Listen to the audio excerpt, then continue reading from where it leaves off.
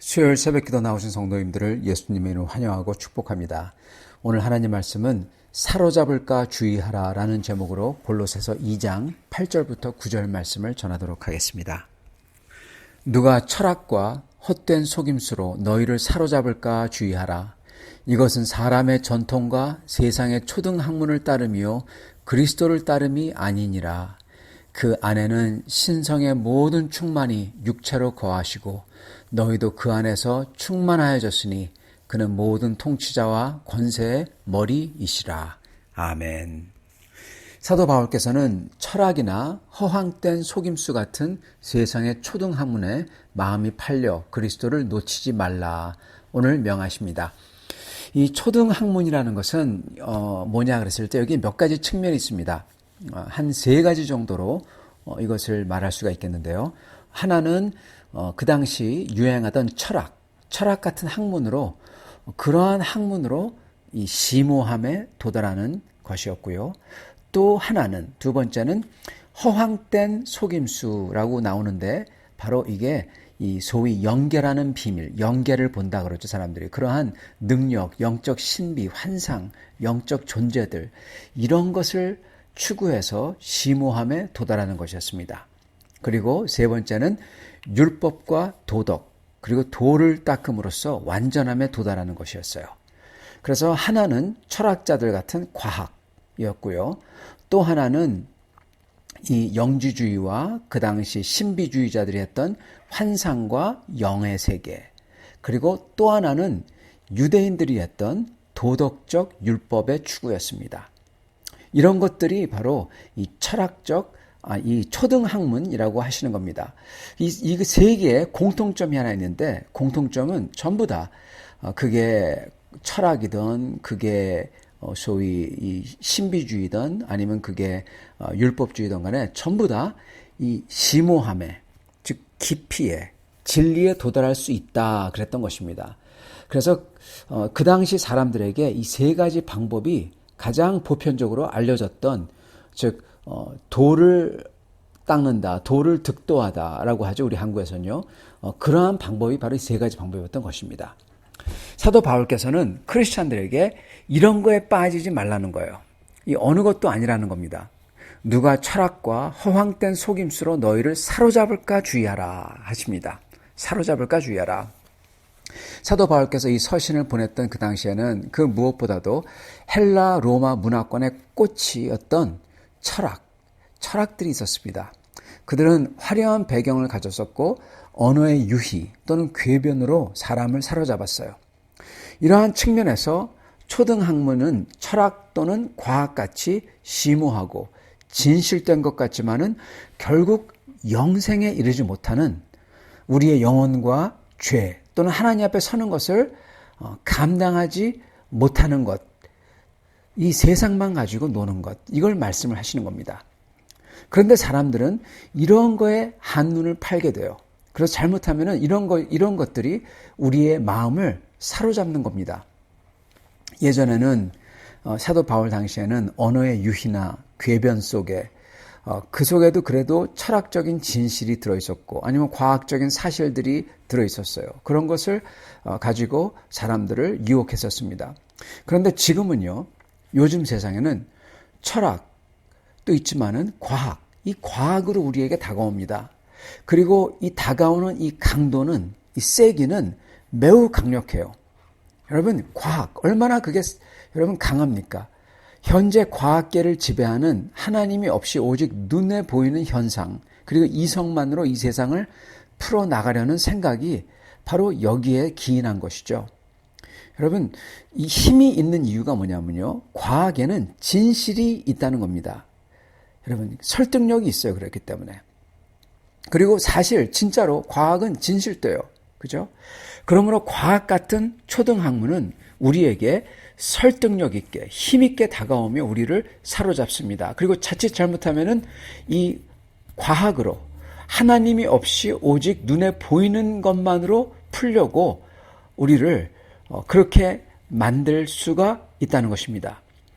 그런데 문제는 암만 과학이 진실되고 심지어 진리가 들어있다고 하더라도 과학은 결국 유한한 이 세상에 국한되어 있다는 겁니다. 여러분, 철학도 그리고 과학도요, 진실돼요. 진리가 있어요. 그렇기 때문에 우리에게 설득력 있게 다가와요. 그러나 결국 우리로 하여금 이 망가지고 죄짓고 죽을 수밖에 없는 이 세상, 유한한 이 세상, 죄로 물든 이 세상에서 벗어나지 못하게 한다는데 문제가 있다는 사실입니다. 이렇게 유한한 세상과 죽을 수밖에 없는 것들, 이것만이 이 세상의 전부 다인 줄, 인생의 전부 다인 줄 착각하도록 만든다는 거예요. 그리고 우리를 그러한 세상과 몸과 몸에 대한 것만을 붙들도록 유도합니다. 여러분, 그렇기 때문에 이게 유혹이라는 거예요. 여러분, 그렇기 때문에 이런 것들을 보고 초등학문이라는 거예요. 학문이긴 학문이에요. 진리가 들어있어요. 진실이 들어있어요. 근데 여러분, 그게 초등이라는 거예요. 초등학문에 머문다는 겁니다. 이 세상만 본다는 거예요. 영원한 나라, 우리의 영혼에 거쳐 이걸 다루지 않는다는 겁니다.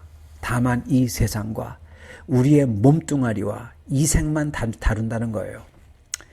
그래서 사도께서는 영원한 진리인 고등학문인 주 예수 그리스도의 그 진리를 버리고 이 세상의 초등학문을 쫓지 말라는 겁니다.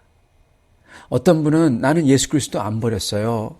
그렇게 말씀하실지 몰라도 우리가 초등학문에 거기에 붙들려 버리면은 저절로 예수 그리스도를 고등학문을 버려버리게 됩니다, 여러분. 이런 겁니다.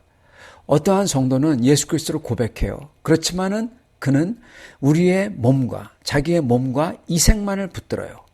여러분, 그러면은 그는 영원을 잊어버린 거예요. 예수 그리스도를 놓쳐버린 겁니다. 예, 주님은 뭐라고 하셨습니까? 하나님과 만몬을 둘 다 섬길 수 없느니라. 예, 저희는 둘 다 섬길 수가 없어요.